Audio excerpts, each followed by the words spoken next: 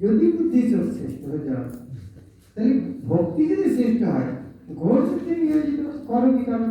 তো যুদ্ধ করতে বলছেন, বসে মালা জপ করবো, কত ভালো না? তাহলে আপনি যুদ্ধ করা কঠিন কাজটা করতে বলছেন, আপনার ভালো কাজও তো নয়। তা আপনি এভাবে দ্বি অর্থ, একটা কথাতে দুটো অর্থ থাকে। তো এরকম কথাটা বলে একটা কথা একটা অর্থ থাকে, এইরকম কিছু বলে দেন, তুমি করবো কি করবো না সেই রকম কিছু বলবেন।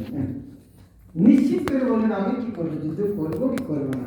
আপনি যেভাবে বুঝে দিলেন তাতে মনে হচ্ছে যুদ্ধ করতে হবে আর যুদ্ধ সে মালা জপ করতে হবে, ভক্তি করতে হবে। তা আপনি একটা আমাকে বলুন, যুদ্ধ করবো না আমি ভক্তি করবো? তার মানে কি কৃষ্ণ দুটো কথা বলেছেন? কি যুদ্ধ করতে বলেছেন, ভক্তি করতে বলেছেন? তো অর্জুনের প্রশ্ন কি ছিল? আপনি দুটো কথা কেন বলছেন, একটা কথা বলছেন? অর্জুনের প্রশ্ন ঠিক ছিল? হ্যাঁ, অর্জুনের প্রশ্ন ঠিক ছিল? হ্যাঁ, কারণ মনে করো অর্জুনের প্রশ্ন ঠিক ছিল? ঠিক ছিল না? কারণ মনে ঠিক ছিল না কেন?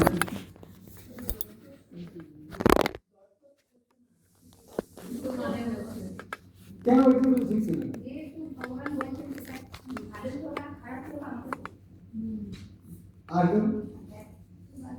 কেননা অর্জুন প্রশ্নটা এই জন্য ঠিক ছিল না, কারণ অর্জুন বুঝতে পারে নাই মুখে যুদ্ধ করা আর ভক্তি করা বোধহয় আলাদা। কৃষ্ণ দুটাই বলেছে যুদ্ধ করো ভক্তি করো, কিন্তু যুদ্ধ করাই যে ভক্তি এই কথাটা অর্জুন বুঝতে পারেনি, ওই জন্য দুটো আলাদা কথা মনে করছে। সেই জন্য দুটো না বলে আপনি একটা বলুন, যুদ্ধ করো না ভক্তি করো। ভগবত গীতা শেষে কৃষ্ণ কি বলবেন? যুদ্ধ করো, এটাই ভক্তি। তাই এক বিষয়ে অর্জুন খুব সুন্দর প্রশ্ন করেছেন। ছোট বাচ্চাদের প্রশ্ন করে, কি আর কঠিন প্রশ্ন করে দিলাম, কিন্তু বড় লোকের কাছে হাসি বসছি। হ্যাঁ, অর্জুন ভাবছে যে এখন কি কঠিন প্রশ্ন করেছি, কিন্তু কৃষ্ণকে বলছেন না, তুমি যে মনে করছো যে ভক্তি করা মানে কাজ ছেড়ে দেওয়া, এই কথাটা ঠিক না। কেননা কাজ না করে তুই এক মুহূর্তে থাকতে পারবো, অনেক সময় মাত্র না করিয়া কর্ম থাকিতে পারে না, একবার স্বাভাবিক ধর্ম। আপনার কোনোদিন কাজ করার সাথে থাকতে পারেন? ঘুমের সময় কাজ না করে থাকতে পারেন? ঘুমের সময় কি করেন? নিঃশ্বাস নেওয়ার তো কাজ, নিঃশ্বাস নেওয়ার তো কাজ। শুয়ে থাকেন, শুয়ে থাকলে বিষ্ণু যে একটা পিঁপড়া ছিল, মরে গেল, কে মারলো না? তারপরে শুয়েছিলেন তো মারলেন কি করে? শুয়ে শুয়ে মেরে দিয়েছে, তো শুয়ে থাকাটাও কাজ। তো এমন কোনো সময় নেই যে বলতে আপনার কাজ না করে থাকতে হবে। ক্ষণিক ক্ষণিক মানে কি? কিছু সময়, মানে অল্প, মানে কিছু সময়, কিছু সময় অল্প। এই চোখের যে পলক পড়ে ওইটা ক্ষণিক। ক্ষণিক মানে ক্ষণ মানে চোখের পলক, এক মানে এক পলক। ক্ষণিক মানে এক পলক, অনেক কম সময়। ক্ষণিক ক্ষণিক সময় মাত্র না করিয়া কর্ম থাকিতে পারে না সবাই। তাই আমাদের কাজ করতে হবে। এখন কেউ যদি বাইরে থেকে দেখা যাবে কাজ করছি না, ভিতরে কাজ করছে, তাহলে সেটা কি ভালো লোক না খারাপ লোক? বদমাস না? ভিতরে ভিতরে কাজ করছে মন দিয়ে, কিন্তু বাইরের লোককে দেখাচ্ছে আমি সাধু, আমি করছি না। হ্যাঁ, তো কর্মেন্দ্রিয় রোধ করে মনেতে স্মরণ, মনে মনে স্মরণ, আমি করবো এই করবো এই করবো, ঠিকই প্ল্যান করছে, কিন্তু বাইরে দেখাচার করছে। তো সুন্দর বলছে এ মিথ্যাচারী, এরকম মিথ্যাচারী কর্তব্য হিসেবে ব্যথর ভালো, কম ব্যথর কমপক্ষে এরকম ঘটনা করছে। তাই কাজ করতে হবে। তাই আমাদের কাজ যদি করতে হবে, কিরকম কাজ করতে হবে? ভেরি গুড, শাস্ত্রে যে নির্দেশ সেই কাজ, নিয়মিত কর্ম, ভালো সে কর্ম, অকর্ম অপেক্ষা।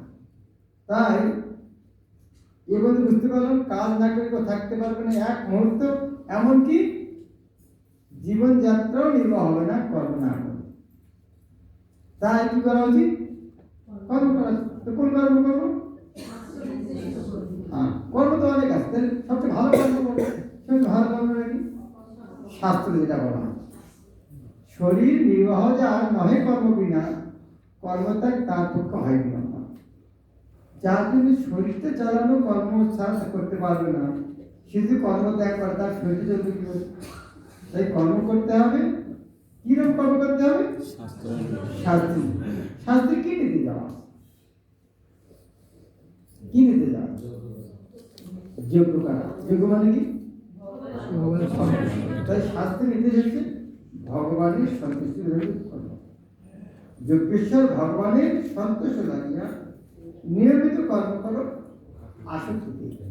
নিয়মিত কর্ম করতে হবে, আসক্তি শুরু। এছাড়া আর যত কর্ম বন্ধের কারণ। কারা কারা ব্যাংকে কোথাও চাকরি করেন? কারা কারা যারা চাকরি করে, সেখানে যে বাড়িতে যে মায়ের সঙ্গে টেলিফোন করেন, কাজটা ভালো হবে? মায়ের সঙ্গে টেলিফোনে কথা বলা খারাপ? অফিসে যে মাকে টেলিফোন করছেন, বস খুশি হবে কি না? কেন? বস টাকা দিচ্ছে কেন? তার কাজ করার জন্য। তাই তার কাজ করা ছাড়া আপনি মনে করছেন যত ভালো কাজই করছি না কেন, সেটা কিন্তু বসের জন্য খারাপ। তো এখানে বস কে? ভগবান। এই বস কৃষ্ণের জন্য করা ছাড়া যে কোনো কর্মই বৃথা। বন্ধনে কার। কেমন? অফিসে মার সঙ্গে টেলিফোনে কথা বলছে, হয়তো পরের দিন ম্যানেজার বলতে কালকে থেকে আপনাকে আসতে হবে, কেন চাকরিতে গেল, কারণ মায়ের সঙ্গে কথা বলেছে। সেই রকম ভগবানকে সন্তুষ্ট করা ছাড়া যে কর্ম করা হবে না সেটা বন্ধের না। তাই ভগবত জীবন উদ্দেশ্য হচ্ছে ভগবানের যত যা কিছু করবো কেন সেটা আমরা ভগবানের প্রীতি জ্ঞান করবো। এরকম কেউ করেছে আগে? হ্যাঁ, এটা আমরা যেমন ইস্কনের প্রভাব যা বলেছি, আরে নতুন করে কথা বলতে থেকে আসেন না। ইস্কনে এমন কিছু কথা বলেনি প্রভাব যে শাস্ত্ররা পূর্বতন আচার্য বলেন। কৃষ্ণ এমন কিছু বলছেন না যে শাস্ত্র নেই।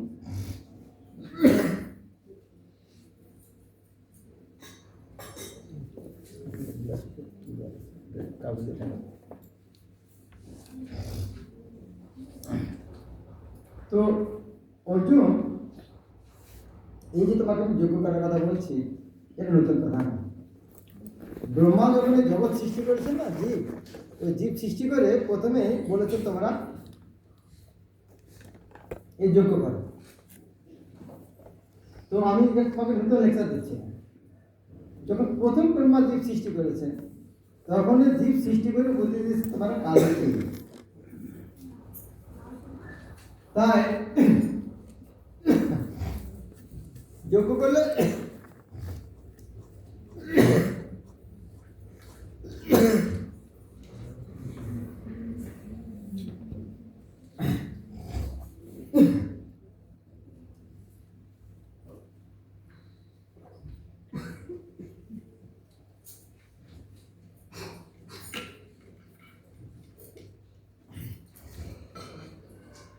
যেমন সরকার আপনার বাড়িতে ইলেকট্রিসিটি লাইন দিয়েছেন, সাথে সাথে কি বলেছেন?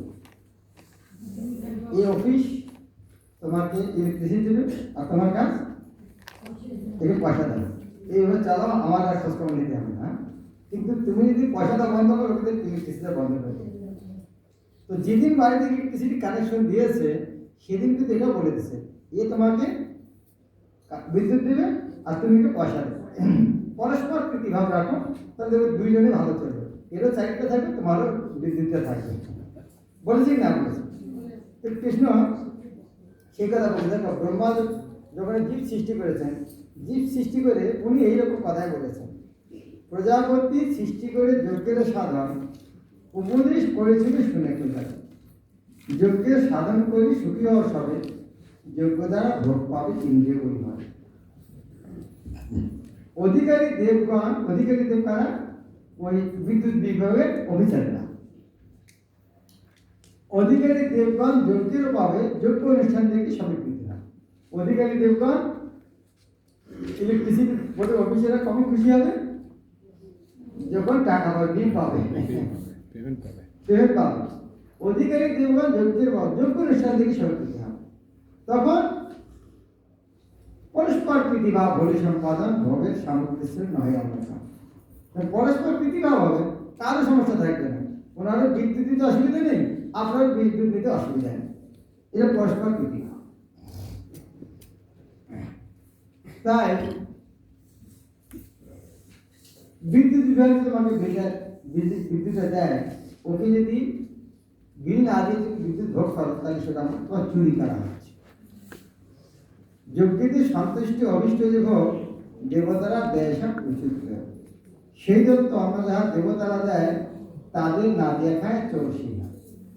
ওই বিদ্যুৎ বিভাগে বিদ্যুৎ দিচ্ছি কিন্তু বিল দিচ্ছি না, তাহলে চোর। তাই যজ্ঞের সাধন করি অন্ন দেওয়া খান, মুক্তির পথেতে চলে পাপ নেই। ওই বিদ্যুৎ বিভাগে বিল দেন, আজীবন বিদ্যুৎ নিতে থাকুন, কোন সমস্যা নেই। আর যে অন্য পাপ নিজ স্বার্থে করে পাপের বোঝা ক্রমে আগে দুঃখ ভক্ত। আর যত চুরি করে বিদ্যুৎ নেবেন তত আমাকে কেউ দেখতে পাচ্ছে না। এখন যেদিন দেখবে সেদিন কিন্তু জমি বিক্রি করে বিদ্যুৎ বিল দিতে হবে, জেলেও যেতে হতে পারে, সেদিন ছাড়বে না। আমি মনে করছি না কেউ দেখছে না, এখানে না কেউ দেখতে পারে, ভগবানের ডিপার্টমেন্টে ফাঁকি দেওয়া যাবে।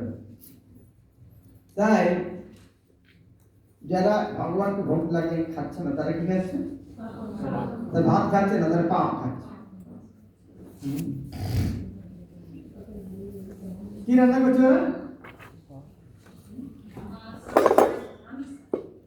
পাপ রান্না করছে, পাপ রান্না করছে, খাচ্ছে কি? পাপ খাচ্ছে। পাপ খেলে কি হয়? শরীর কষ্ট হয়, শরীর কষ্ট হয়। কষ্টের কারণটা কি? পাপ। তার পাপটা শুরু হয়ে কোথায়? ভগবানের সম্পত্তি ভগবানকে না দিয়ে একা একা ভক্তার নামে পাপ। এখন এটাকে বোঝানোর জন্য আমরা বিদ্যুৎ বিভাগের উদাহরণ দিলাম, তার হচ্ছে একটা ভালো উদাহরণ এখানে কৃষ্ণ দিয়েছেন। উদাহরণটা হচ্ছে এরকম, আমাদের সবচেয়ে প্রিয় বস্তু কি? কে বলতে পারে? আমার শরীর। Very good. সবচেয়ে প্রিয় বস্তু হচ্ছে আমরা সব কিছু ত্যাগ করতে রাজি আছি যদি শরীর রাখতে হয়। কারণ শরীরটা আমাদের প্রিয়, এই শরীরটা পেলাম কোথা থেকে? অন্য থেকে। হ্যাঁ, আজকে যদি 5 দিন খাওয়া না খেয়ে, আজকে 60 কিলো আছে, 3 দিন না খেলে কি আছে? তাহলে শরীরটা তৈরি হয়েছে কোথা থেকে? অন্য থেকে। থ্যাংক ইউ অন্ন, তোমার জন্য শরীর পেয়েছি। তো অন্নটা আসবে কোথা থেকে? বৃষ্টি। বৃষ্টি হলে তো সব 60 কেজি হবে। বৃষ্টিটা হলো কোথা থেকে? এর বাইরে না বুঝতে পারে। আপনি দেখেন আগুন জ্বলছে, তখন ধোঁয়া হচ্ছে, ধোঁয়াটা কি? ধোঁয়াটা মেঘ, ওই মেঘটা বৃষ্টি আসবে। তাই এই যে যজ্ঞের মাধ্যমে এখন বলবেন যে অনেকে যোগ্য করছেন, সেখানে তো বৃষ্টি হয়। সেটা হয়, কারণটা হচ্ছে যেমন ধরুন রাজার ছেলে কোন একটা স্কুলে পড়বে, সেই স্কুলে যদি পড়ে, যে স্কুলে পড়বে সেই স্কুলে রাজা সুযোগ সুবিধা বাড়াবে কি না বাড়াবে? অন্য বন্ধু বান্ধবরা পাবে না সেই সুযোগ সুবিধা? হবে কি না পাবে? আচ্ছা, এটা যদি বুঝতে অসুবিধা হয়, ধরুন আপনার প্রধানমন্ত্রীর সাথে ভালো একটা সম্পর্ক হয়েছে, আপনার বন্ধু প্রধানমন্ত্রী একদিন বাড়িতে নেমে আমার বাড়িতে আসে, প্রধানমন্ত্রী শুনতে পেলেন ভাই ওই বাড়িতে যাওয়ার রাস্তায় নেই, প্রধানমন্ত্রী যাওয়ার ইচ্ছে হয়, তাহলে প্রধানমন্ত্রী কি বলবেন? রাস্তা বাড়বে। ওই রাস্তা আপনি একা হাঁটবেন, অন্য লোক হাঁটবেন, তাহলে অন্য লোক হাঁটার সুযোগটা কেন পাবেন? যেহেতু আপনি ভক্ত, আপনার জন্য রাস্তা বানিয়ে দিয়েছেন, সেই জন্য অন্যরা সেটা ভোগ করছে। সেই রকম এই জগতে ভগবানের ভক্ত আছে, সেই ভক্তদের জন্য চন্দ্র, সূর্য, হাওয়া, বাতাস সব দরকার। ওদের জন্যই দেবতারা দিচ্ছে, ওরা যদি না থাকতে একটা থাকতো না, সব ভরে যেত। ওনারা বুঝতে পারছে না কেন পাচ্ছে ভক্তদেরকে। তাই ভক্তরা যজ্ঞ করছে, যা প্রবাদ বলে দ্বিতীয় বিশ্বযুদ্ধে জাপানে অ্যাটম বোম নাম করেছিল। তো তারপরে কলকাতা করার কথা ছিল, তখন প্রবাদ ওখানে মৃদঙ্গ নিয়ে রাস্তায় অবসর করতে শুরু করেছে। তো গুরু মহারাজ বলেছে, অন্য বিশ্বাস করুক আর না করুক, আমরা এটা বিশ্বাস করবো যে কলকাতায় অ্যাটম বোম পড়েনি, কেন প্রবাদ নবসংকীর্তন করেছে। সেই রকম যোগ্য করলেই বৃষ্টি হয়। তাহলে শরীরটা কোথা থেকে? আমাদের প্রিয় শরীর, শরীরটা কোথা থেকে পেলাম? অন্ন থেকে। তাহলে অন্ন আমাদের প্রিয়, অন্ন কোথা থেকে পেলাম? বৃষ্টিটা আমাদের প্রিয়, বৃষ্টি কোথায় পেলাম? যোগ্য থেকে। তাহলে যোগ্যটা কোথায় পেলাম? স্বাস্থ্য থেকে। শাস্ত্রে লেখা আছে। শাস্ত্র কোথা থেকে পেলাম? ভগবানের মুখ থেকে এসেছে। তাহলে ভগবানের মুখ থেকে শাস্ত্র যদি না আসতো, যোগ্য হতো না। যোগ্য না হলে বৃষ্টি হতো না। বৃষ্টি হতো না। বৃষ্টি হলে অন্ন হতো না, না হলে ফেরত। তাহলে আমরা ভূত প্রেতের মধ্যে ঘুরে বেড়াতাম। তাহলে আমি পেলাম কোথা থেকে? এই শরীরটা পেলাম কোথা থেকে? ভগবানের কাছ থেকে। এখন এই যে এখান থেকে আসলো, তাহলে এটা যদি আবার ভগবানের কাছে ঘুরে যায়, তাহলে চক্রটা চলতে থাকে। আসছে কোথা থেকে? এখন যদি আমরা ভগবানের সেবা করি, তাহলে চক্র চলতে থাকে। কারণ আমি যদি সেবা না করি, তাহলে চক্রটা একদিন বন্ধ হয়ে যাবে। বাবা ছেলেকে টাকা পাঠাচ্ছে দিন, প্রতি মাসে টাকা পাঠাচ্ছে, একদিনও টেলিফোন করছে, হ্যাঁ আমি টাকা পেয়েছি, এক কথাটা একবার বলছে। বাবা চিন্তা হবে কি টাকা পাচ্ছি কি না পাচ্ছি, কোথায় চলে যাচ্ছে, হয়তো একদিন টাকা আমরা বন্ধ করে দেবে। এখন থ্যাংক ইউ দে বাবা, বাবা থ্যাংক ইউ টাকাটা পেয়েছে। তো এরকম বল, বাবা টাকা পাঠিয়ে প্রমাণ নেবেন, এরকম বল কিছু যে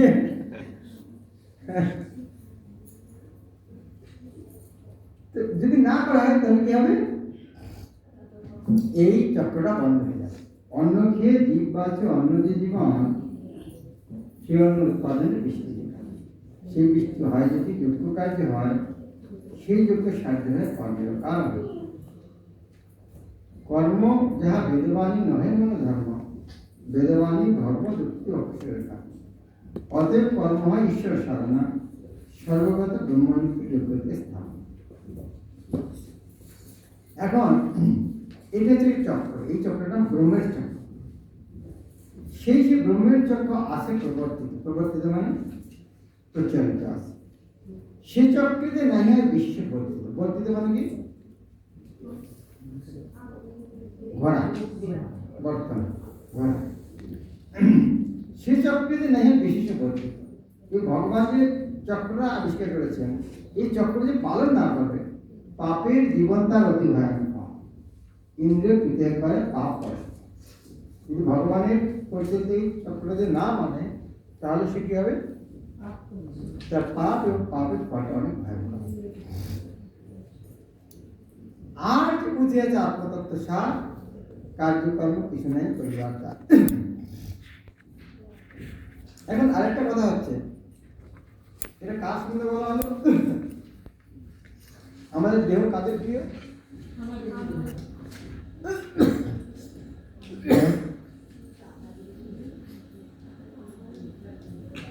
আমরা হচ্ছে ইন্দ্রিয় আরাম, খাওয়া দাওয়া কাজ থেকে ভালো, ইন্দ্রিয় আরাম, ইন্দ্রিয় আরাম। তো আমাদের জন্য এই উদাহরণ খুব ভালো। হ্যাঁ, খাওয়ার কথা বলতে খুব ভালো। ইন্দ্রিয় আরাম ব্যক্তির জন্য এই কথাটা খুব সুন্দর। কিন্তু যাদের খাওয়ার দরকার নেই, যারা পেঁয়াজ খায়, তাদের যদি বলা পেঁয়াজের দাম, পেঁয়াজ অনুদান ফিরে দিচ্ছে, তাদের কথাটা খুশি হতে পারে। যে পেঁয়াজ খায় না, ফিরে দিলে কি না দিলে তার কি মূল্য আছে কথাটা।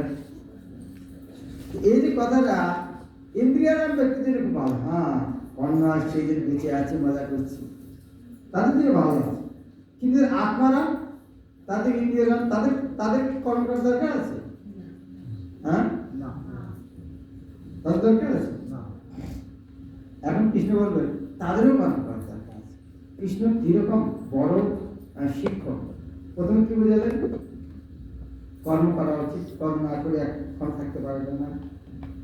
কি কর্ম করা উচিত? শাস্ত্র অনুসারে কর্ম করা উচিত। কি শাস্ত্র অনুসারে? যোগ্য কি প্রমাণ? ব্রহ্মা নিজে করে দেখেছে। কি সেটা? এই দেবতারা দেয়, দেবতার সরকার। আচ্ছা, সেরকমই তাহলে যারা দেহাত্মী তাদের জন্য, কিন্তু যারা আত্মারাম তাদের আবার দরকার কি কাজ করা? কৃষ্ণ আপনি বোঝাবেন যে আত্মারাম তাদেরও কাজ করা, হ্যাঁ, তাদের ইন্দ্রিয় দরকারই নেই, তাদের আত্মায় থাকে, তাদের কাজ করা কি দরকার? সেটা কৃষ্ণ এখন বোঝাবেন, বলছেন তার আসলে কাজ করার দরকার নেই, তার কাজ করার দরকার নেই। কাজ না করলে কোনো সমস্যা হবে না, আর করলে কোনো বন্ধন হবে না। বুঝে গেল? যারা আপনারা তারা কাজ করার দরকার নেই, যদি না করে কেউ কমপ্লিট করতে পারবে না, আর যদি করে তাহলে বন্ধন হবে না। তাহলে করলে চলে, না করলে চলে, তবু তার করা উচিত। তাহলে কেন? কেননা জনকালী মহাজন যারা আত্মারাম ছিলেন, তারাও তাদের ইন্দ্রিয়রাম ব্যক্তি ছিলেন না, তারা আত্মারাম ছিলেন, তারাও কর্ম করে গেছে। জনকালী মহারাজ কর্মসাধ্য করি সিদ্ধি লাভ করেছিল আপনি। তুমিও সেরূপ করো লোক শিক্ষা লাগি, লাভ নাই কিছু মাত্র মহারাজ। তাই জনকালী মহারাজ তারা যদি কর্ম করতে পারেন, কি জন্য করেছিলেন? লোক শিক্ষা, নিজের দরকার ছিল না, অন্যের জন্য ছিলেন। এটা যদি তুমি সে না করো তাহলে সেটা তোমার বান্দরের মতো বোঝাতে হবে। কারণটা কি? শ্রেষ্ঠ ব্যক্তি যা করে সেটা লোকের আদর্শ, ইতর মানে কি? নিচু, ইতর জনতা তা করে আমার। শ্রেষ্ঠ ব্যক্তি যাহা কিছু প্রামাণ্য স্বীকারে তাহাই স্বীকার হয় প্রতিভা। তাই অর্জুন কি বোঝাচ্ছেন? তুমি যদি ইন্দ্রিয়ারাম হও স্বাস্থ্য করতে হবে, যদি আত্মারাম হও, হ্যাঁ, তবু কর্ম করতে হবে। ইন্দ্রিয়ারাম হলে নিজের জন্য করতে হবে, আত্মারাম হলে লোক শিখাচ্ছেন, দুই জায়গায় করতে হবে। এরপরে কৃষ্ণ বলতে, দেখো কৃষ্ণ অর্জুন, আমি কিন্তু তোমাকে করছি না, আমি স্বয়ং ভগবান, কি আমার কাজ করার দরকার দরকার আছে? কিন্তু আমি কাজ করি না, তাহলে কি তুমি এত বড় লোক হয়েছে তোমার কাজ করতে হবে না? আমি স্বয়ং ভগবান, আমার এই জগতে কোনো কাজ করা নেই, তারপর আমি কাজ করছি কেন? আমার কর্তব্য নাই ত্রিভুবন মাঝে।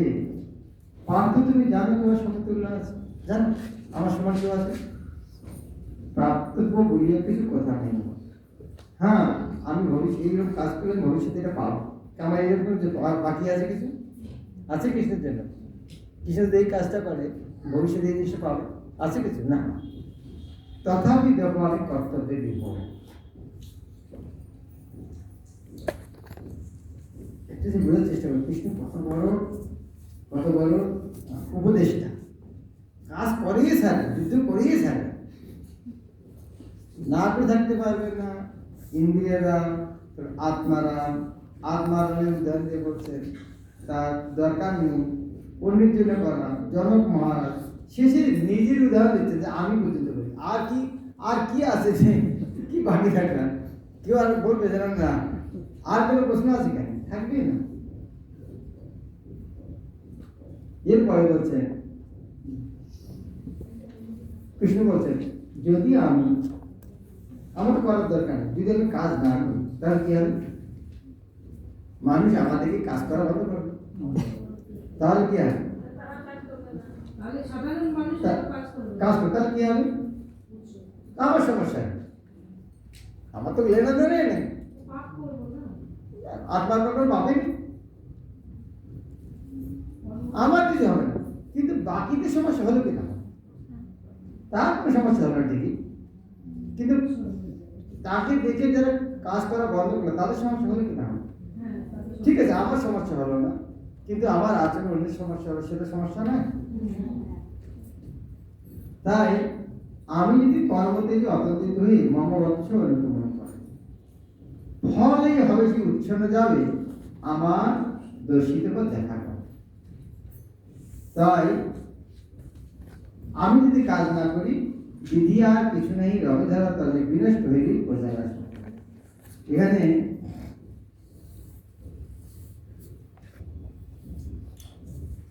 উচ্ছেদের নিবেদকা ন পূর্যাং কর্মচেদম শঙ্করস্য চ কর্তাশাক কন্যা না সোজা। এখানে কি বলছেন, যদি আমি বর্ণ সংকট সৃষ্টির কারণ হব, আমি যদি কর্ম না করি তাহলে এই সমস্ত লোক উচ্ছন্ন হবে, আমি বর্ণ সংকট সৃষ্টির কারণ হব। এটা কেন বলছেন একটু অনুমান করুন দিন। আপনাদের মনে আছে প্রথম মধ্যে কি বলছেন? না অর্জুন অর্জুন বলছিল আমি যদি যুদ্ধ করি তাহলে বর্ণ সংকট হবে।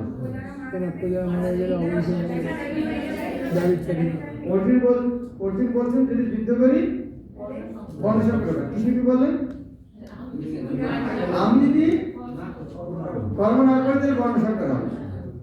এরা কিন্তু কৃষ্ণ বলতে পারতেন তখনই যে তুমি যদি যুদ্ধ না করো তাহলে বর্ণ সংকট হবে, কথাটা বলতে পারতেন কি না? ওটা না বলে কি বলেন, অনেক পরে এসে বলে আমি যদি যুদ্ধ না করি তো বর্ণ সংকট হবে। তার মানে আমি না করলে বর্ণ সংকট হবে, মাথায় ঢুকে গেছে। হ্যাঁ, এখন যদি বলা হয় আপনারা এত টাকা পয়সা খরচ করে যাচ্ছেন, ঘর সংসারে কাজকর্ম ছেড়ে আসছেন, হ্যাঁ আপনারা এই মঙ্গল আয়কে মিস করেন, এটা কি জীবন হলো? এই ভক্তির জীবন?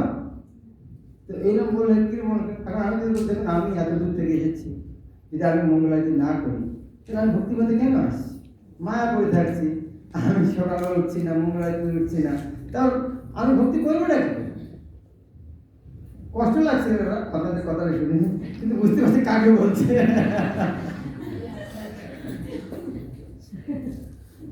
এখানে তো এখানে কৃষ্ণ কত বড় কি বলে উপদেষ্টা, তিনি বলছেন আমি যদি কর্ম ত্যাগ করি তাহলে বর্ণ সংকট সৃষ্টি হয়।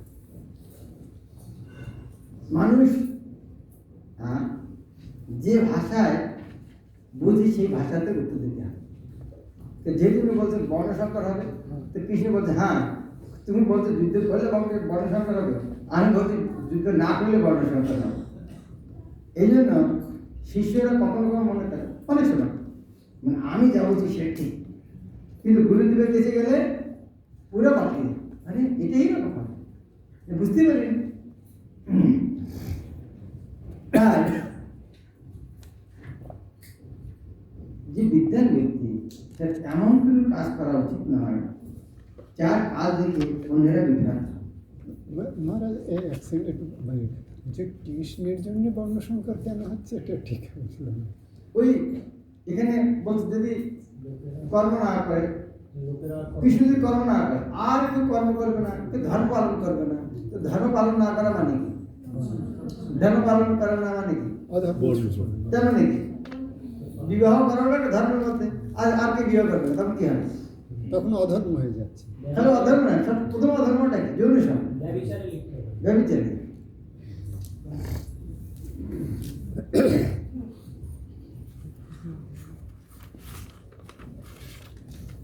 তাই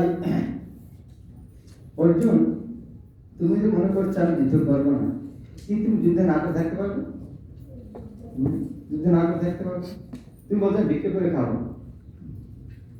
তুমি যে কাউকে ভিক্ষা করতে যাও কিন্তু ভিক্ষা না দেয় তুমি তাকে ছেড়ে দেবে? তোমাদের ক্ষত্রিয়ের রক্ত গরম রক্ত তার সঙ্গে যুদ্ধ করতে, তাহলে তুমি ওটা বন্ধ করতে পারবে না। না আমি ভিক্ষা করতে যাবো না, বনে থাকবো, বনে গেলে তুমি পশুদের সঙ্গে যুদ্ধ করো, তোমার স্বভাবের যুদ্ধ করে। তাই এটা মনে করো না যে তুমি করছো, এটা প্রকৃতি দ্বারা, কিন্তু অহংকারে দূর হয়ে মনে করে মানুষ আমি করছি। বিদ্যার মূর্তিতে এইমাত্র ভেদ, প্রকৃতির বশে কন্যাসী হচ্ছে, প্রকৃতির গুণে বসে কার্য করে যায়, অহংকারের মধ্যে নিজে কাজ।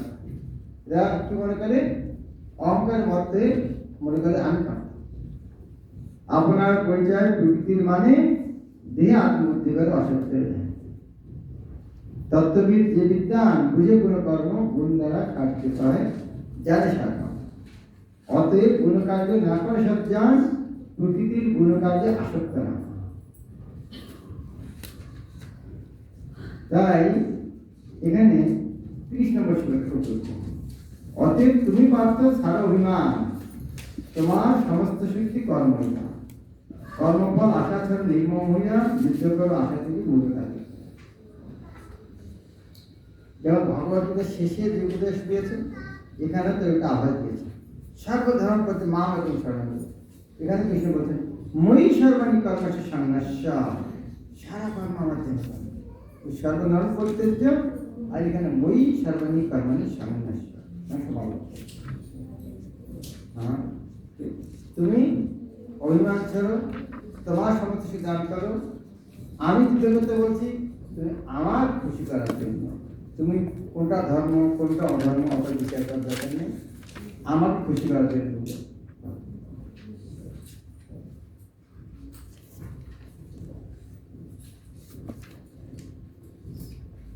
এই যে আমি তোমাকে উপদেশটা দিলাম,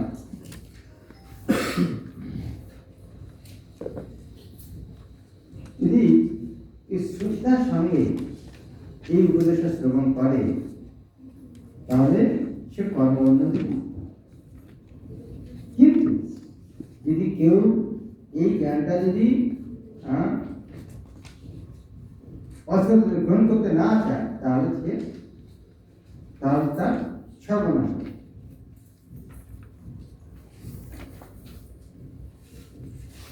তাই প্রত্যেকের প্রকৃতি অনুসারে বিভিন্ন বিভিন্ন কর্ম আছে, প্রকৃতি অনুসারে তার কর্ম করা উচিত। কুকুর যে কাজটা করে, কুকুরের কাজ গাধার কাজ না। গাধাকে কুকুরের মধ্যে রাতে চিৎকার করে পারবে না, আর গাধাকে কুকুরকে বলে গাধার মতো ধরি কবলে নিয়ে আসে, সে পারবে না। যার যেটা কর্ম তার সেই কর্মে সে সফলতা করবে। নিজ ধর্ম শ্রেয় জানো, পরধর্ম অপেক্ষা ভগবত সেবা লাগি কর্ম রয়েছে। স্বধর্মে নিধর্ম ভালো নয় পরধর্ম, ভালো করে বুঝে তুমি এই করবো।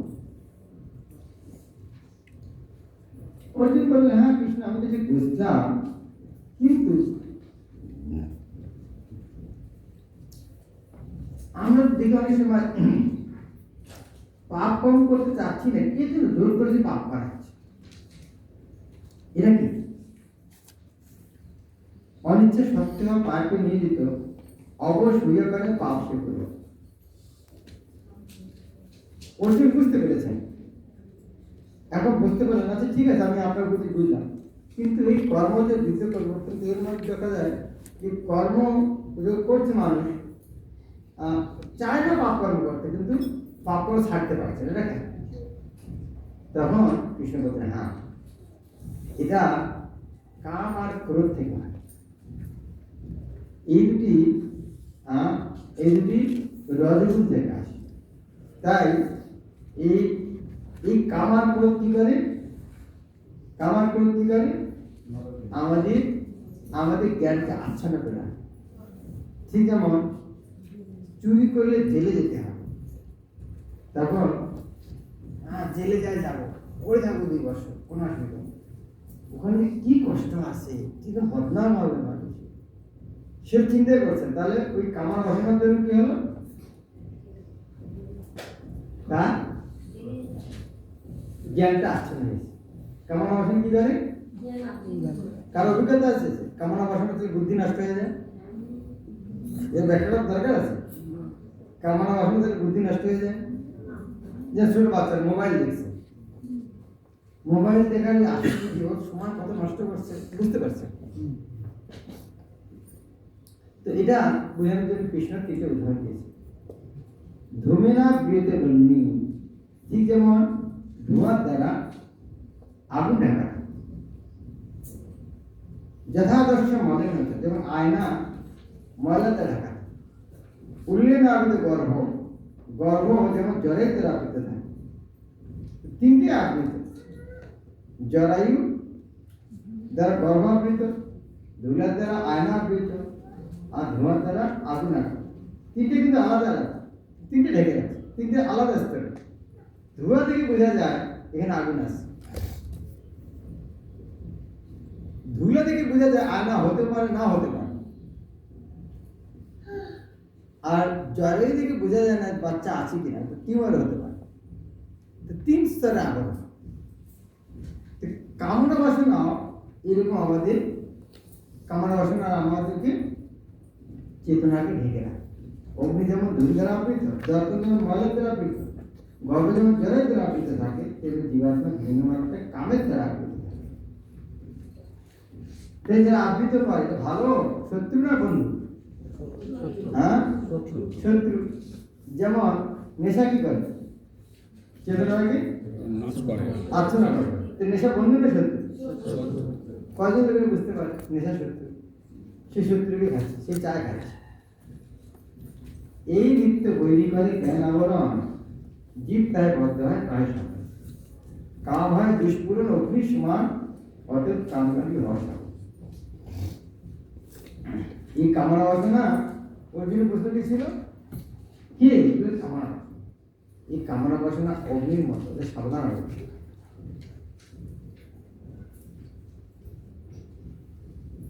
আচ্ছা, এই কামনা থাকে কোথায়? থাকে কোথায়? ডেঙ্গু হয় মশা কামড়ে, মশাটা থাকে কোথায়? সেই রকম এখন এই আমাদের কামনা বাসনা বড় শত্রু। যেমন ডেঙ্গুর শত্রু, আমরা ডেঙ্গু হয়েছি, তার শত্রুকে মশা থাকে কোথায়? আমাদের জীবনের সবচেয়ে বড় শত্রুকে দেহ। কামনা বাসনা। কামনা কোথায় লুকে থাকে? দেহে। প্রথমে যদি আমরা বুঝতে পারি কামনা বাসনার শত্রু থাকে কোথায়, দেহে। তিনটে জায়গায় থাকে। ওই আগে এটা তিনটে, ওই যে ধূমের দ্বারা দ্বারা ওই তিনটে উদাহরণ আসবে। তোমার তো তুমি একটু দেখা করতে চাই তিনটে জিনিস। না না আমি বাকি না না আপনি মাথা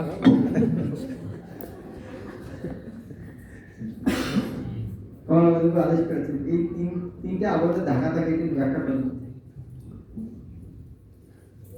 তো আমাদের জীবাত্মা হচ্ছে আরো চেতনা। আপনার ধারণা কি? চেতনা। আবৃত জ্ঞান বেতন জ্ঞানী না বৃত্ত বইল না, কামন গুরুত্ব দুষ্পূর্ণ অনন্য।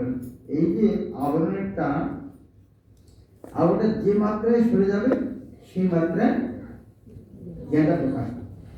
যেমন গাছের চেতনা কত ঢাকা, বোঝা যায় না তার মধ্যে প্রাণ আছে। সেই জন্য চাল সেই চেতনাটার নাম, সেই জীবাত্মা এত ঢাকা কামনা বাসনার নাম নড়তে পর্যন্ত পারে না। তার চেতনা আচ্ছাদিত চেতনা। তার যে চেতনা একটু বেশি, সেই চেতনাটার নাম হচ্ছে সংকুচিত চেতনা। পশু পাখি, পশু পাখি ছাগল খাবার দিচ্ছে, পাশে কাটছে, তো খেয়ে যাচ্ছে, সংকুচিত। তার যে উত্তম চেতনা হচ্ছে মানুষের চেতনা, মুকুলিত চেতনা। মানুষের মধ্যে যারা পশুর মতো, মুকুলটা দেখতে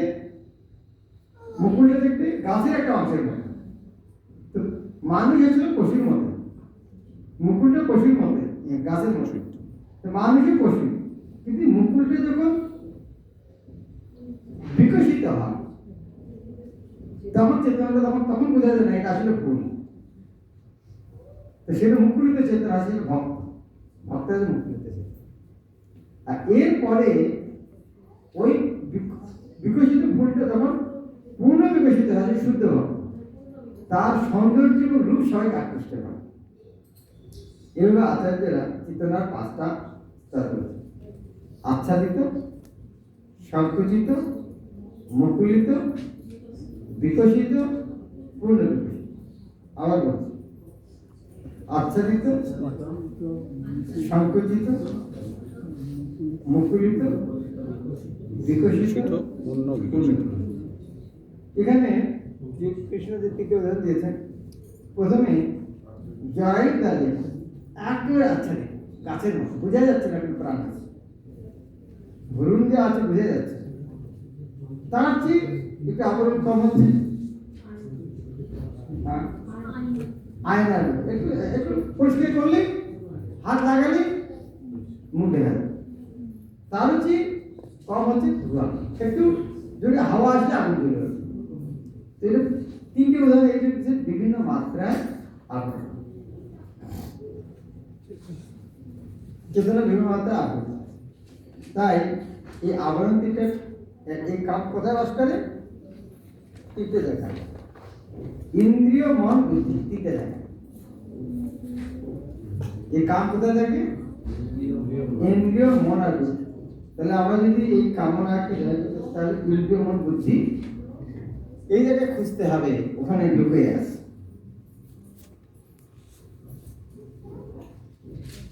অতএব হে ভারত, প্রথমে কাম নিয়মিত করি হও সম্পূর্ণ নিষ্কাম। ভক্তি দারুণ সেই কাম জয়ের জন্য, সেই জ্ঞান বিজ্ঞান নাকি।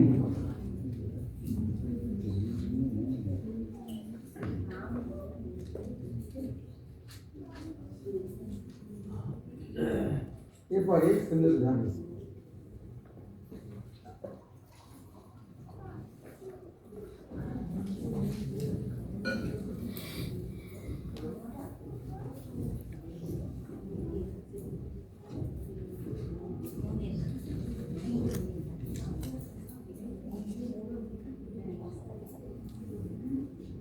স্থূল জড় পদার্থ থেকে ইন্দ্রিয়গুলি শ্রেষ্ঠ, তাই না? ইন্দ্রিয় শ্রেষ্ঠ না ইন্দ্রিয় শ্রেষ্ঠ না ইন্দ্রিয় জড় পদার্থ শ্রেষ্ঠ? কেন? আপেল হাতকে খায় না হাত আপেলকে খায়? না, মুখের কথা বলি, মুখ আপেলকে খায় না আপেল মুখে খায়? মুখ আপেলকে খায়। ইন্দ্রিয়টা বস্তুতে শ্রেষ্ঠ। এখন এই ইন্দ্রিয়তে শ্রেষ্ঠ কে? মন। মনতে শ্রেষ্ঠ কে? বুদ্ধি। বুদ্ধি। বুদ্ধিতে শ্রেষ্ঠ কে? অহংকার। আত্মা। তাই আমরা যদি সব নিয়ন্ত্রণ করতে, আত্মা দিয়ে নিয়ন্ত্রণ করতে, এই আত্মাকে একটা, এখানে এই দেহটাকে একটা রথের সঙ্গে তুলনা করা হচ্ছে। তাই ভগবদ্গীতা যে ছবিটা আছে, তাই ইন্দ্রিয়গুলো হচ্ছে ঘোড়া, মন হচ্ছে লাগাম, সারথি হচ্ছে বুদ্ধি, আর হচ্ছে আত্মা। তাহলে যখন অত চলবো, ঘোড়ার উপরে ছেড়ে দিলে হবে না? কি করতে হবে?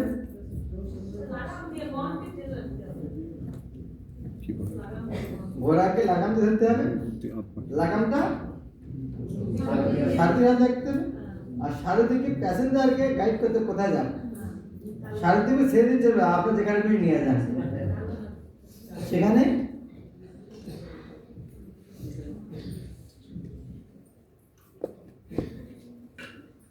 সেই সারথি প্যাসেঞ্জার মানে কি? আরোহী হচ্ছে জীবাত্মা। তো জীবাত্মাকে নিয়ন্ত্রণ করতে হবে। এইভাবে এই যে জ্ঞানটা দিচ্ছেন কৃষ্ণ, এটাকে আরো বিস্তারিত পদ্ধতিতে জ্ঞান দিচ্ছে, এটা কর্মবিজ্ঞান বলছেন কৃষ্ণ। অর্জুন, এই জ্ঞানটা আসলে প্রথমে আমি সূর্যদেব বিভীষণ দিয়েছি। বিভীষণ তার পুত্র মনু, মনু তার ইক্ষাকু তার পুত্র যে রাজা, উনি তার পুত্র তার রাজা। জ্ঞানটা কাকে দিয়েছিলেন? রাজা দেব। ভগবদ্গীতার জ্ঞানটা কাদের জন্য? কৃষ্ণ। রাজাদের জন্য। রাজা কেন? রাজার কাজ না, রাজ্য চালনা করার জন্য। তাই ভগবদ্গীতা রাজ্য চালনা করার জন্য, এই সাধুদের জন্য বসে বসে বসার জন্য গীতা করবেন না, সবার জন্য। গীতা কৃষ্ণ দিয়েছেন রাজাদেরকে রাজ্য চালনা করার জন্য। এখন এই জ্ঞানটা অনেক কালের প্রবাহে সে প্রজ্ঞাটা নষ্ট হয়েছে। যে কোনো জিনিস অনেক কাল আসলে কি হয়? কালের গতিতে নষ্ট হয়ে গেছে। এই জ্ঞানটা নষ্ট করা হয়েছে, আমি তোমাকে আবার ওই জ্ঞানটা দিচ্ছি। অতএব ওই সেই পুরাতন পুনর্বার পরম্পরা করিতেছে, কিন্তু এই জ্ঞানটা কিন্তু ভক্তি ছাড়া পাওয়া যায়। ভক্তি বিনা কে বুঝবে কি কেন? আর তুমি আমার প্রিয় শাখা, কর্ম বিমুষ্য শব্দ বোঝার চেষ্টা করো। তুমি আমার প্রিয় শাখা, তাই তোমাকে আমি সেই জন্য যখন আপনার গীতার প্রচার করেন বা কাউকে ভক্ত যদি যদি বিদ্বেষী হয় তাকে বলার দরকার নেই, কেননা সাপকে দুধ দিলে পয়জন হয়ে যায়। সে যে বিদ্বেষী তাকে উপদেশ দিলে তার ক্রোধ আরো বেশি হয়। সেই জন্য কৃষ্ণ কিন্তু এই উপদেশটা বলছে, আমি তোমাকে দিচ্ছি ভক্ত শাখা, সেই জন্য দিচ্ছি, সেই জন্য অর্জুনকে দিচ্ছি। অর্জুনের সঙ্গে সঙ্গে মনে প্রশ্ন আছে, কৃষ্ণ আপনি বললেন যে সূর্যদেবকে প্রথমে দিয়েছিলাম, তোমার আমার তো ওই কিছুদিন আগে জন্ম হলো, সূর্যদেবকে এতদিন আগে দিয়েছিলেন, এটা বলবো কি করে? কি করে বলতো আমি? তুমি তো নবীন শাখা সেদিন জন্মেছে, কোটি কোটি কষ্ট করে সূর্যদেব। এই কথা কি করে বুঝি? পূর্বে এতদিনে উপদেশ পুরাতন তুমি বলেছি। এবং কি আমি যখন করতে আসছি তোমার যুদ্ধক্ষেত্রে ফালতু বলছে কৃষ্ণ বলছে কি? হ্যাঁ, যখন এরকম অর্জুন বলছেন, কৃষ্ণ রেগে যাওয়ার কথা না? আমি বলছি তুমি বিশ্বাস করছে না। না, অর্জুন সেভাবে চ্যালেঞ্জিং অ্যাটিটিউড বলেনও নেই, কারণ আলোচনাটা ওই স্তরের নয়, এটা গুরু শিষ্যের স্তর। বুঝতে পারছেন না তাই জিজ্ঞাসা করছেন। এমন নয় যে আপনি ভুল বলছেন। অর্জুন বলছে না কৃষ্ণ আপনি এটা ভুল বলছেন, তা বলছেন না। অর্জুন বলছেন বুঝতে পারছেন। তো শিষ্যের অধিকার আছে গুরুকে জিজ্ঞাসা করা, কিন্তু চ্যালেঞ্জ করার অধিকার নেই। তো অর্জুন কি বলেন, তোমার আমার একসঙ্গে জন্ম হয়েছে? তো কৃষ্ণ বলছে, হ্যাঁ অর্জুন, তোমার আমার জন্ম একসঙ্গে হয়েছে, একবার না বহুবার হয়েছে। কে যদি বলে কৃষ্ণ বলো না বিষ্ণু বলো, হ্যাঁ হ্যাঁ বিষ্ণু বল। আপনি জানেন বিষ্ণু বল প্রকার? জানেন? হ্যাঁ, বিষ্ণু হচ্ছে নারদের সেই গর্দের খিদের দেশে। ওকে আমি লেকচার দেন 10 মিনিট, ওর মুখটা বন্ধ করে রাখি। তখন সে ভাই এর সাথে কথা বলে লাভ নেই। ও ঝগড়া করতো কৃষ্ণ বলো না বিষ্ণু বলো, আর কথা বলতে আসবে কৃষ্ণ বলো না বিষ্ণু বলো, ওর ভাষা দিয়ে আগে বলবে। হ্যাঁ, বিষ্ণু বিষ্ণু তো সাধারণ কিছু নয়, বিষ্ণু হচ্ছেন এরকম 3 প্রকার বিষ্ণু আছে, কার্যশায়ী কোথা থেকে হবে, আবার যত বুদ্ধি আছে বলতে থাকুন, যেগুলো শ্লোকও বলে দেয়। হ্যাঁ হ্যাঁ, যে 2-1টা আছে সেরকম। কৃষ্ণ অর্জুনকে বলেছেন তোমার আমার জন্য একসঙ্গে হয়েছে। বলছে হ্যাঁ অর্জুন, একবার হয়নি বহুবার হয়েছে, তুমি ভুলে গেছো কিন্তু আমি ভুলিনি। ওর কথাটা হ্যাঁ বলে দিল, আমার নিচু করে দিল। হ্যাঁ হয়েছে, একবার হয়নি বহুবার, তুমি ভুলে গেছো আমি ভুলিনি। ও হ্যাঁ বলে দিল, এটাও বলে দিল, দুটোই বলতে হবে, খালি খালি ওইটুকু বলতে হবে না। ওই বলে হ্যাঁ বহুবার হয়েছে, তুমি আচ্ছা বহুবার হয়েছে, তখন কিন্তু শুনতে ইচ্ছা হবে। বুঝতে চাচ্ছা আপনি, আমি ভুলে গেলাম, তা আমি ভুলে গেলে কি করে হবে? তখন বলছি কৃষ্ণ দেখো, যদি তুমি আমার জন্ম হয়েছে অজপি, যদি আমার জন্মকাল সরকার এসে আমি জন্ম নিই, কত বলছেন আমি জন্ম নিয়েছি বহুবার, তার বলছেন আসলে আমার জন্ম হয় না, কিন্তু আমি জন্ম নেই। একবারে কিন্তু এই কথাগুলো বললে হতো না, ধীরে ধীরে বলতেন, পুরো ডোজটা একবার দেওয়া যাবে। হ্যাঁ, তারপর বলছে আসলে আমার জন্ম হয় না, কিন্তু আমি জন্ম নিই। কি জন্য জন্ম নিই? আত্মমায়া, কৃপা করি। আমার বলে বলতে আসার কোনো দরকার নেই, আমি কৃপা করি। আত্মমায়া মানে মায়া করুণা করে আসি। দেখো অর্জুন বলল, কৃষ্ণ বললেন না কেন? সমুদ্রের জলকে কাদা করা যায়? কাদা করা যায়? বৃষ্টির জল মাটিতে পড়ছে, মাটি কাদা হলে মাটি শুকিয়ে গেল, জল আর দেখা গেল না। হয় না ব্যাপার? সমুদ্র জল এরকম হবে কেন? কেন হচ্ছে না?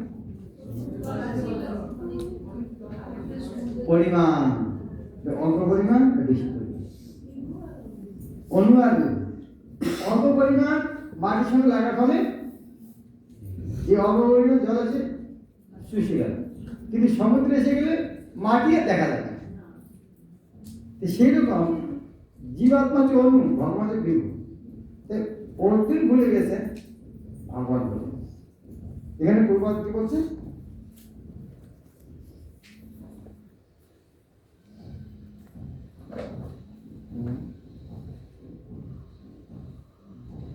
হ্যাঁ, ভুলি নেই আমি সেই, তুমি ভুলে গেছো আমি বিভু, তুমি কি এইভাবে আছো, আমি বিভু তুমি অন্য, এই জন্য ভুলে গেছো।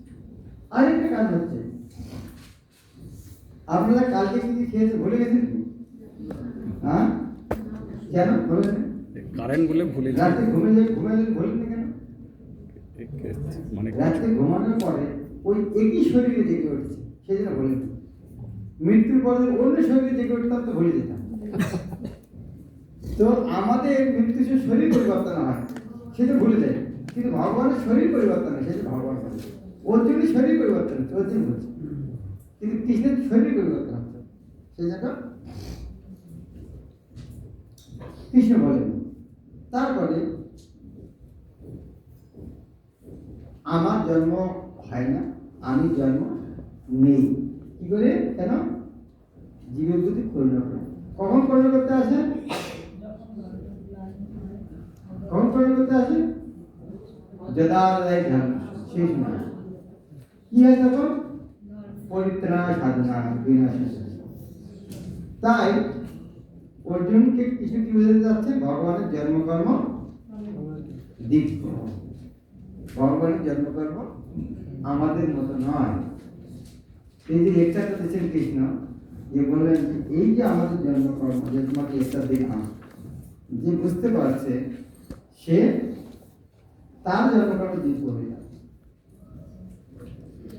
এই যদি বুঝতে পারে আমার জন্মকর্ম দিব্য, তার মানে আমার মৃত্যু হয় না, এটা জানলে তারও আর মৃত্যু হয়।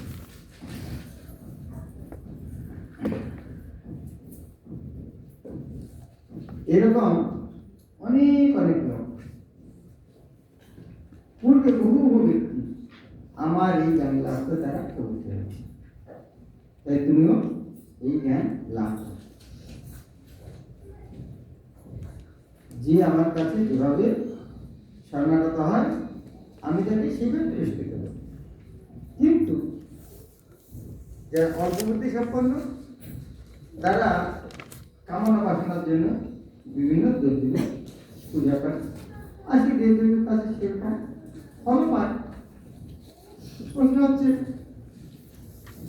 লোকজন এরকম কেন দেবদেবী পূজা করতে চায়? তার কারণ হচ্ছে প্রকৃতিতে যে সত্য রজতম গুণ, এই তমগুণের প্রভাব। যেমন কারোর জন্য রাত ভালো, কারোর জন্য দিন ভালো। রাত কার জন্য ভালো? চোরের জন্য ভালো, দিন সাহিত্যের জন্য ভালো। কারণ গুণের প্রভাব। একই খাওয়ার 56 রকম দেওয়া আছে, বিভিন্ন জনের জন্য বিভিন্ন মিষ্টি মানে সব কিছু আছে। কেউ দেখবে জানে ভালো, মদ আছে কিনা সেটা খুঁজবে, পান্তা আছে কিনা অনেক খাওয়াবে ভাই, কিন্তু পান্তা টান্তা নেই, মানে আগের দিনে বাসিটা আছে ওটা হচ্ছে, এত ফ্রেশ খাবার আছে ওর দরকার নেই। পান্তা আছে কি কালকে বলবেন নাকি? এত ভালো ভালো খাবার, কালকে পান্তা আছে? যদি বলে জগন্নাথের পান্তা ভালোবাসত, একটা বাড়িতে গিয়ে এরমই করলো, পান্তা বলছে পান্তা আছে, সে মেয়েকে করে দিল, বলছে আমাদের এখানে এরকমই। এটা খায় যারা বাড়িতে মায়েরা খায়, কারণ ওরা কি করে মানে ভালো ভালো খাবারটা ছেলে মেয়েদেরকে দিয়ে ওই বাসি কথাটা কালকে দিতে খায়। সংসার দিন নষ্ট করতে লাভ নেই, সেটা চেতনা আলাদা। সেটা তো ঠিক আছে, বাচ্চারা খায় ভালো ভালো জিনিস, এই ভাততে ফেলে দিয়ে লাভ নেই, সরকারের টাকা পয়সা, ঠিক আছে, পয়সাটা আমি খাই, সে যেখানে আলাদা, ওটা লোভে করে খাচ্ছে না।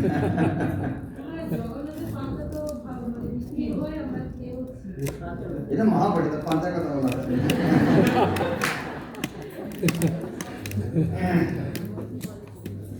না, এটা তমগুণের খাবারের কথা বলা হয়।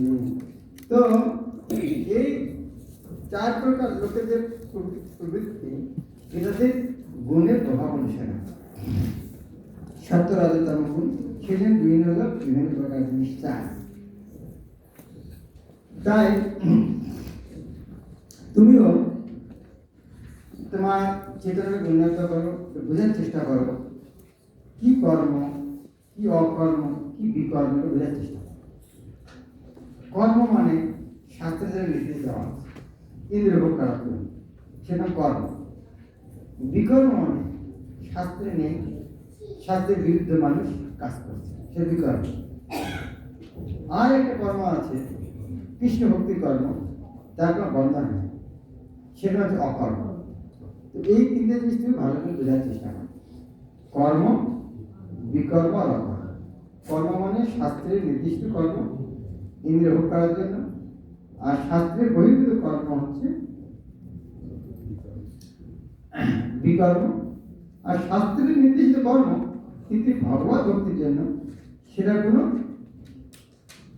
কোনো বন্ধন হয় না, তাই তার ফল নাই, কোনো জগতে ফল নেই, সেই জন্য তাকে বলে অকর্ম, বলে সব অকার মাধ্যম। কৃষ্ণ ভক্তরা হচ্ছে অকার মাধ্যম, তাদের কর্ম করলে বন্ধন হবে না। যথালাভ তথা দুষ্ট সর্বদণ্ড মুক্ত নির্মৎসর সমচিত্ত নিজ কর্ম সিদ্ধি অসিদ্ধ সিদ্ধ অসিদ্ধ সমদৃষ্ট নাহিত বিদ্বেষ করিও সর্বকর্ম কর্ম। এভাবে যখন সে কর্ম করে তার কাছে সব চিন্ময়, সে সবসময় সব কিছু কর্ম যখন সে দেখে যে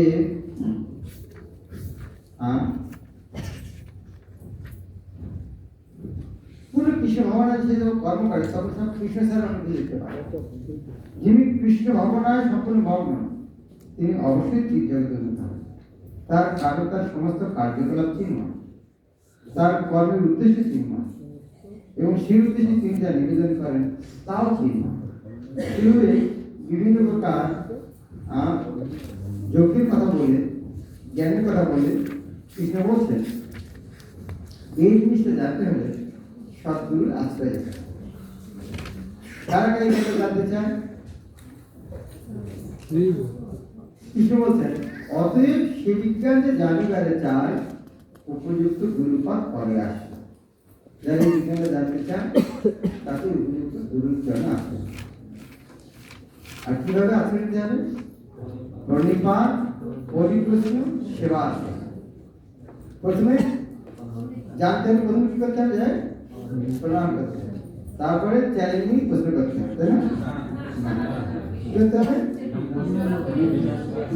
সেবার দ্বারা সন্তুষ্ট করতে হবে।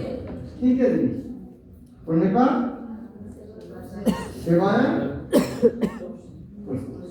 আসলে দুটো বলা যায়, পরিপ্রশ্ন সেবায়। সেবার দ্বারা সন্তুষ্ট করে প্রশ্ন একটাও পাবে, তার মানে একটাই, সেবার দ্বারা সন্তুষ্ট করে প্রশ্ন করার জন্য প্রথমে প্রণাম করতে হবে। গুরুস্থানে জানিল আপনার হিত। গুরু কি জ্ঞান দেবে? পিএইচডি, ডাক্তার, ইঞ্জিনিয়ার, এই জ্ঞান গুরুদেব না। জ্ঞান গুরুদেব যে জ্ঞানটা দেবেন সেসব জ্ঞানের কথা বুঝিতে পারিলে মোহ আর নাই হবে। গুরুদেব যে জ্ঞানটা দেবেন সেই জ্ঞানটা এই জড় জগতে আমরা জয় পরাজয় যা কিছু হোক না কেন আমাদের কখনো মোহ হবে। তখন সে আত্মাদিক দেখে ব্রহ্মসম সম্পূর্ণ দর্শন সে সম্পর্ক অনিবার্তা করছে। এইভাবে তত্ত্বজ্ঞান লাভ করে তুমি আর মোহগ্রস্ত হবে না। কেননা এই জ্ঞানের দ্বারা তুমি দর্শন করবে যে সমস্ত জীবী আমার বিভিন্ন অংশ, অর্থাৎ সকলে আমার এবং তারা আমার। বুঝে গেল? গুরুদেব কি জ্ঞান দেবেন? গুরুদেব এই জ্ঞান দেবেন যে সমস্ত জীব ভগবান অংশ এবং তারা সকলে আমার এবং তারা আমার কাছে। এটি হচ্ছে গুরুদেবের জ্ঞান। এটি হচ্ছে যুক্ত।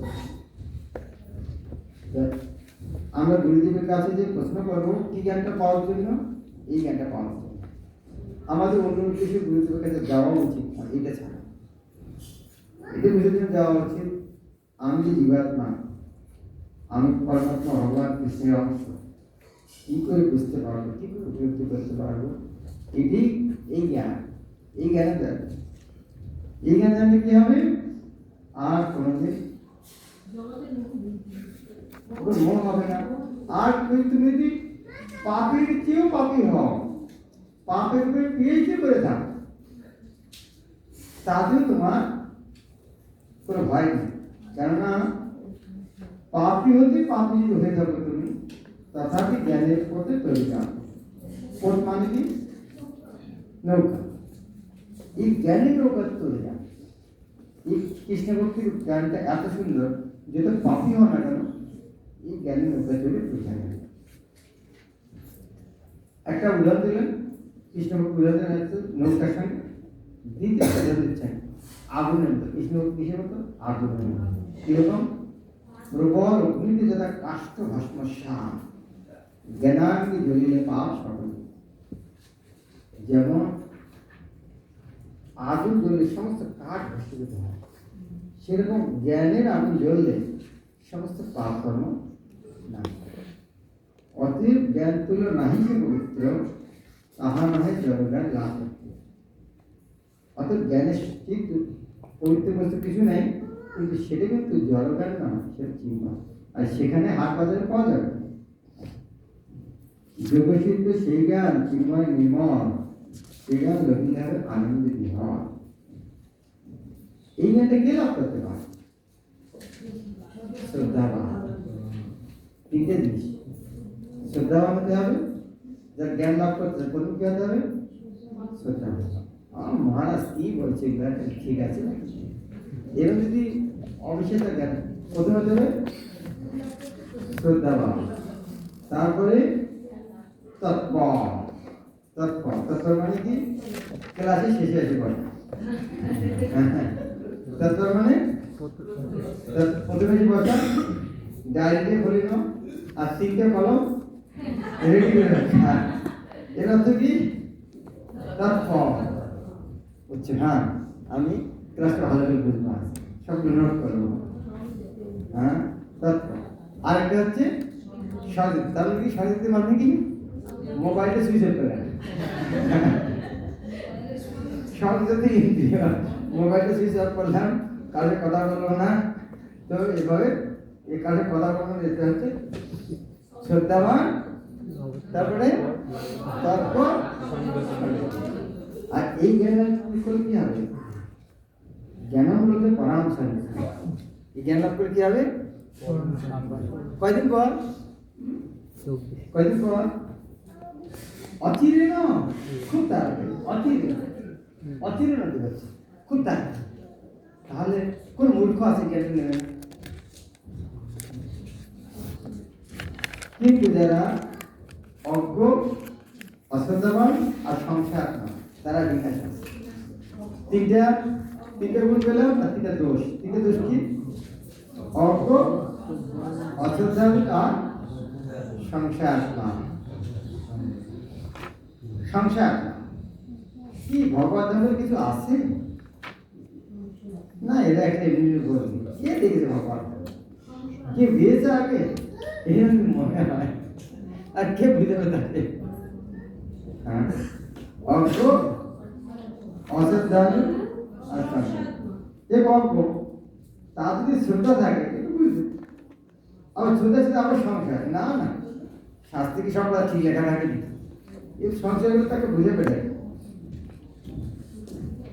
তাই অতএব যোগ দ্বারা কর্মবিধি জ্ঞান লাভ দ্বারা হয় সংশয়। আত্মবান জ্ঞানবান কর্মহতে মুক্ত হলে ধনঞ্জয় তুমি সেই অমৃত।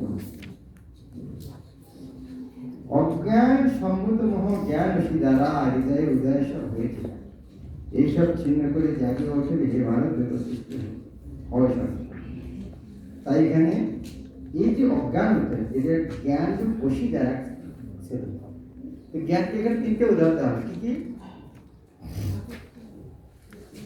অজ্ঞান, অজ্ঞান নাশ করে জ্ঞানকে তিনটে উদাহরণ। প্রথম উদাহরণটা কি?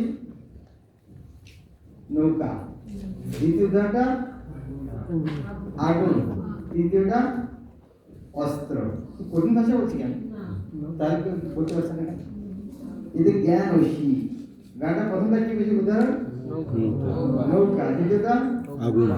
আগুন। তৃতীয়টা অস্ত্র মানে খড়গ। ঐশী জ্ঞান। তো জ্ঞান কি এখানে ঐশীর সঙ্গে তুলনা করছে। জ্ঞান ঐশী যেমন কাটে, সেই রকম এটাকে অজ্ঞান থেকে কাটে। হরে ওকে, টাইম ওভার।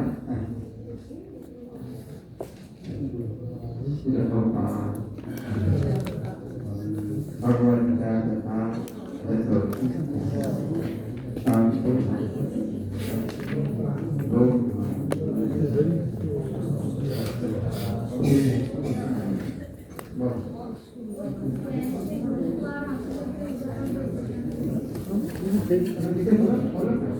ট্রেন পড়ে গেছে।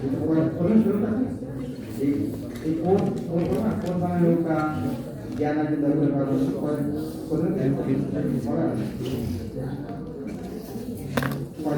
শ্লোক থেকে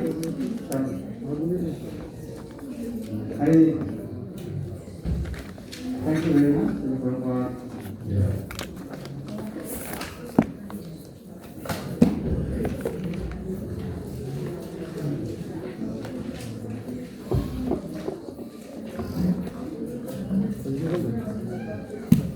কারো প্রশ্ন থাকলে কমলাপতি বলছে ম্যারাথন আছে।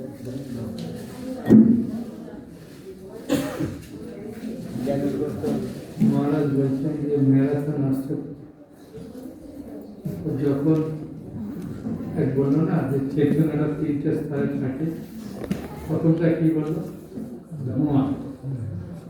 ধোঁয়াতে একটু খুঁদলি জ্বলে কাউকে কিছু বলবেন দেখবেন সহজে বইটা নিয়ে, বুঝলেন? একটুখানি থাকে বোঝালি বইটা নিয়ে।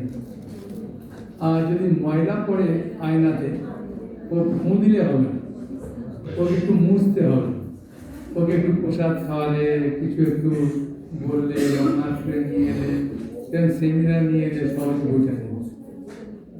আর জরায়ু ও সময় না হলে ও হবে না, ওকে ওর জন্য একটু অপেক্ষা করতে হবে। প্রসাদ খাওয়ালে ফুঁ দিলে হবে না, ওকে বলতে ঠিক আছে আপনি আপনার যে কাজটা বলছেন ওই কাজটা হলে তাহলে বইটা নেবেন না, ঠিক আছে? হ্যাঁ, ও তখন সময় পেলে নেবে। অনেক সময় আমরা এই প্রচারে গিয়ে হট করে কিছু বললাম, তাকে কিছু একটু বোঝালে সহজে নিলে, জানলেন এটা গীতায় বলেছে বাবা, ধোঁয়ার সঙ্গে উদার। এ হলো না, কিছু বোঝালেন, প্রসাদ খাওয়ালেন, বাড়িতে এলেন, বইটা রাখুন, পড়ুন, ভালো লাগলে পয়সা দেবেন, তো নিয়ে নেবেন। একটু সময় লাগবে, একটু ধুলো ও ফুঁ দিলে হবে, একটু মুজলেই জল দিয়ে উঠে যাবে। জল আগে তো বুঝতেই পারছেন, ওকে ফুঁ দিলেও হবে না, মুজলেও হবে না, ও যখন সময় হবে তখনই হবে সেরকম।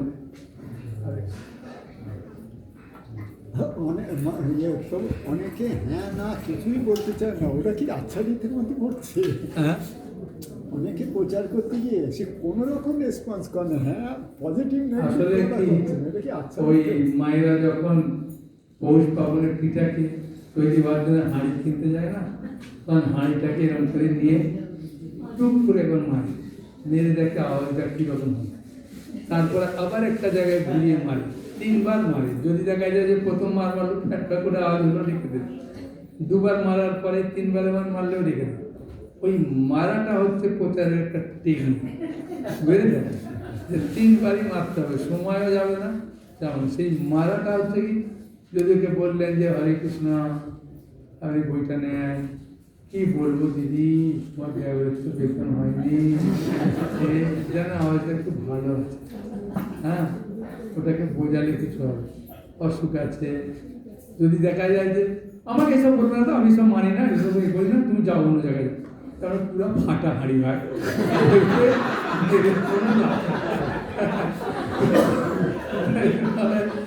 কোথায় আছে।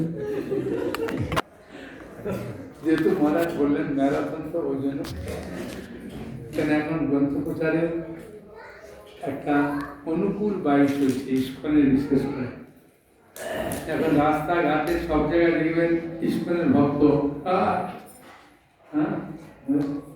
এখন আমি মনে করতে পারি ভগবানকে বলছে ভাই যারা অশুদ্ধা তাদের কাছে গীতার জ্ঞান দেবে না, হ্যাঁ দেবে না, যারা শ্রদ্ধাহীন নয়, যারা নয় বলবে না, তাহলে এখন বলবেন যে ভক্তদেরকে গীতার জ্ঞান দিতে বলছে।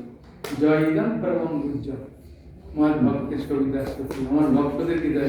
আর ভক্ত বলি বলবে বাবা গীতা নিয়ে এসছি মায়াপুর থেকে, হ্যাঁ শ্রীমদ ভক্তিদেব মহারাজের ক্লাস সেমিনার হলো না, ওখান থেকে সেটা নিয়ে এসেছি বইটা। তখন বলবেন দিয়ে ও কাকে রে বাবা, কিন্তু ভগবান বললেন ভক্তদের দাম, বুঝেছেন না? ভক্ত বলতে কি যারা একটু শ্রদ্ধালু আছে ওদের। একটা হাসির কথা বলে, এই ঝুলনেতে এইখানেতে আমাদের ঝুলনের সময় মহারাজ ওই ঝুলন একটু টানার পরই রাস্তায় যাবেন, একদম 1 প্লেট প্রসাদ দেবে, বুঝেছেন? বিভিন্ন দিন ভিন্ন হবে। একদিন মধ্যে বিরিয়ানি করবে, এঁচড় দিয়ে আগে আনতে পেরেছে, উপরে আবার একটা রসগোল্লা দেবে। তো ও শ্বশুর শাশুড়িকে নেমন্তন্ন করেছে যাতে রাত্রে রান্না করতে হয় না, লাইনে দাঁড়ালে প্রশান্ত হবে। তা লাইনে দাঁড়িয়েছে, আমাকে দেখে মাথায় ছুটে এসে বলছে প্রভু আমার শ্বশুর শাশুড়ি কিন্তু মাছ মাংস সব খায়, ওই এমন করে না, ওদের এই যে ঝুলনি নিয়ে এসে দই টানবে, হ্যাঁ এরা কি টানবে, টানতে পারবে? হ্যাঁ হয়তো নেমন্তন্ন করলেন কেন, তুমি রাত্রে হয়তো হাঁটা করতে হবে না, তাই কেন প্রসাদ দেবে, ওই জন্য করিয়েছে। কিন্তু আমার টেনশন হচ্ছে ওরা তো আমিষ খায়। আমি বললাম দোকানে যখন ঢোকে কেউ, তখন দোকানদার কি বলে নাকি যে পয়সা নিয়ে এসেছো তুমি কিনবে কিনা এসব জিজ্ঞাসা করে। দোকানদার সঙ্গে সঙ্গে বলে ওরে বাবা কাস্টমার, এই কাস্টমারটা নতুন তো, খুব আপ্যায়ন করে হাসি মুখে ডেকে আসুন আসুন আসুন, এদের আসুন এদের আসুন, বলে শাড়ি কিনুন না কিনুন, আমাকে শাড়ি 4-5টা দেখে দেবে, হস করে ফেলবেন, এটা এই দাম এই দাম এই দাম, হ্যাঁ বুঝেছেন? জিজ্ঞাসা করো না পয়সা আছে কিনা, নেবে কিনা। ওই দোকানদার কাস্টমার ঠিক ভগবানের কাছে আপনার তো কপালে কি রোগ দেখেছে, আপনাকে বলে পুরানো কাস্টমার। আপনার শ্বশুর শাশুড়িকে বলে বাবা নতুন কাস্টমার দেখছি, তাদের এসো তুমি, তাদের না তোমাদের বেশি খাবার আছে, হ্যাঁ তার জন্য আপনার শ্বশুর শাশুড়ি টানতে পারেন। ভগবানের কাছে যে আসে সেই কাস্টমারের উপরে ভগবান গ্রহণ করে যে আমার ভক্ত। হ্যাঁ তাই আমরা প্রচারে গিয়ে সবাইকে বলতে পারি, খালি ওই আওয়াজটা মারার সময় হাতে করে নিয়ে একটু মারার সময় বুঝতে হবে যে আওয়াজটা কিরকম দিচ্ছে, সেই প্রচার করুন। ঠিক আছে, রঘুনন্দন হাসিয়ে দেন বাবা।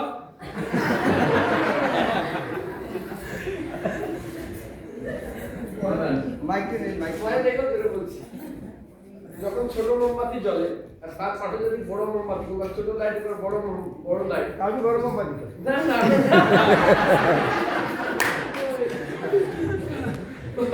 সেই জন্য আমাদের প্রভু আমার টুকটুক করে মারছে। ওখান থেকে বলছে সে একবার একটা ডাক্তার, ও গরুর ডাক্তার, গরুর ডাক্তার হেলপারি করে একটা ছেলে। তো একবার একটা গরু তরমুজ খোসা, তরমুজের খোলা যেটা আমরা ফেলে দিই, ও খেয়ে ওখানে আটকে গেছে। ডাক্তার চলে গেছে, গিয়ে বলছে হাত দিয়ে বলছে আচ্ছা তোমার একটা ছোট হাতুড়ি নিয়ে আসো। তো হাতুড়ি নিয়ে এসছে, তা হাতুড়ি নিয়ে এসে টুক করে মেরে দিয়েছে, যে আটকে গেছিল ওটা ভেঙে গেছে, মানে ভিতরে তরমুজের যে শক্তটা নিয়ে গরু ঠিক হয়ে গেছে। এইবারে এই যে কম্পাউন্ডার মানে এইটা আমার শিখতে পিছনে ঘুরে বেড়াতে হবে, শিখে গেছে হাতুড়ি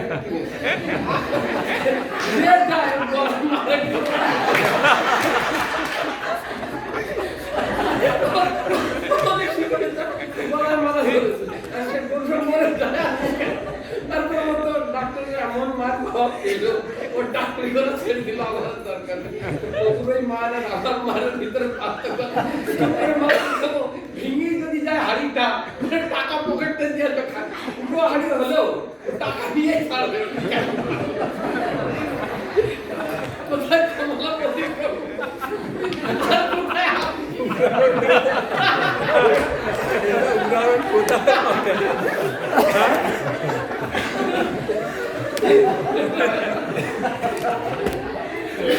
ক্লাস একটু এভাবে রবীন্দ্রনাথের মতো ভক্ত থাকা দরকার, বুঝেছেন?